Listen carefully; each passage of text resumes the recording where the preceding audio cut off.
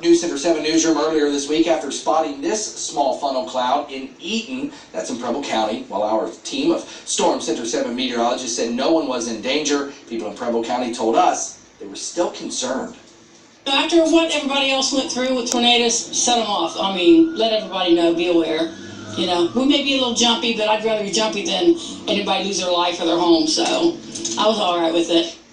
And Storm Center 7 Chief Meteorologist McCall Vrydag spoke about how these funnel clouds can quickly form from showers and thunderstorms. They have a thin needle or rope-like appearance and rarely reach the ground. Even if they do, they're not very likely to cause any significant damage. Firefighters say a man tried to drive his semi-truck in flooded waters north of Columbus, and you guessed it, he had to be rescued. Take a look at this aerial video from our media partners at WBNS there in Columbus. Firefighters say the driver drove past a road closed sign and got past one flooded road. That's when he tried to cross another. His truck eventually stalled in about 4 feet of water.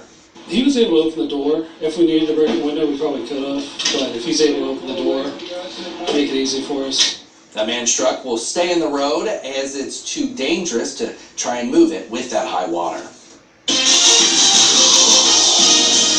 5:16, 70 degrees, and yes, Storm Center 7 meteorologist Dontae Jones once again joining us and talking about all of this water. Yeah, that was just unwise for him to do. I'm just going to put it that way. So just don't do that, all right? I know you think you're in an SUV, you're in a higher vehicle, you can do it. It's just not worth it to chance it, all right? Okay, I'll get off my soapbox now. All right, let's get out. Let's talk about the forecast. We got a flood watch out there for you. And again, that's going to be in effect until 8 o'clock. So a lot of these roadways, I was watching the news overnight from Columbus, and there was a lot going on over there as well. So if you have interest over there, if you're headed towards the capital, I think you got to really be careful, because just like the Miami Valley, in the northern portions of the Miami Valley, who received an over inundation of water, they have too. So you just want to be careful in any situation where you got that water standing around. Mercer and Auglaize counties, flood watch, or flood warning rather, until 1:30 this afternoon. Shelby and Logan until 1 o'clock, and they'll get a little bit more rain coming in here. Probably the model tells us about 1 inch or less, but it doesn't take that much for them to flood, in all honesty. If they get that at one point in time, then you get more flash flooding. That's the problem. All right, so we got a few showers across the Miami Valley, and of course the northern areas is where we're seeing the bulk of any shower activity. And it's on the moderate side just to the north of Delphos and south of DuPont up towards Van Wert, that area. So a little out of our viewing area, but nonetheless, if you have interest up there, if you know folks up there, just tell them to be careful. Temperatures in the upper 60s to around 70. A little breeze from time to time coming in Dayton here. It looks like it's no problem with fog this morning, so not dealing with any fog, thankfully, but the flooding is just enough. All right, the hour-by-hour forecast. We're going to have the on and off again showers throughout the morning. Temperatures in the upper 60s to around 70. Not going to get that warm today with the cold front passing, and then we've got the clouds and the showers around. It's going to keep us cool. Then in the afternoon, we'll throw in a thunder shower here or there. That's going to add an extra bit of moisture out there on the ground, unfortunately. So, few showers here for the early part of the morning. A little dry for mid-morning. And then heat of the day, by the early part of the afternoon, will bring up showers. And then look at this line here, kind of depicting this line coming in about 1:30 in the afternoon up towards Salina, along the Wapakoneta area, Winchester, over into Indiana.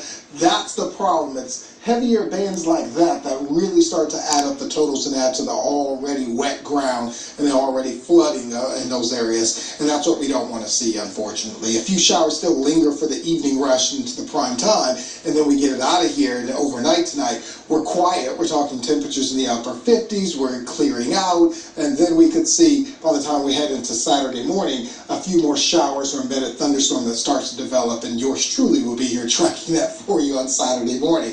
So we end up with about 1/4 of an inch south to north, about maybe 8/10 of an inch. So about less than an inch or less is what we're looking at as far as rainfall totals here today. So 70 degrees for us this morning, continued on and off again rain showers, about 74 for the afternoon with an isolated thunderstorm possible. And overnight tonight, we're quiet, we're in the upper 50s, just on the damp side for us first thing in the morning. Then summer comes in tomorrow, 78 degrees, partly cloudy skies, and the weekend is not a washout. We got some sun and blue sky, but we also got a few passing showers and storms. It's warm and muggy in the 80s, and then rain for us on Monday. All right, weather and traffic every 10 minutes. Sarge, what's going on?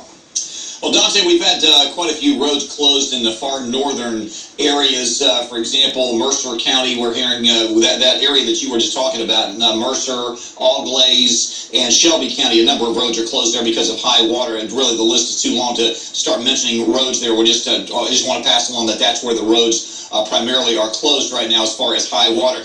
We have a crash. If you look to the far right of the screen, you can see some flashing lights. That's the ramp from Needmore Road to southbound 75. They are cleaning up a crash. There's a wrecker on scene. The ramp is open, but it is partially blocked, creating a little road hazard. I'm Sergeant Mark Bauer, WHIO Team Traffic. All right, Sergeant, thank you. 521, 70 degrees, and a fire near a vacant house is now being called suspicious. What firefighters said was unusual about that scene. And a wanted man turns himself into police. What he said needed to happen before he would go to jail. Good morning. Wake up every day Police reported being chased with the latest news from overnight Here's where we stand this morning. and what you need to begin your day. Breaking at this hour.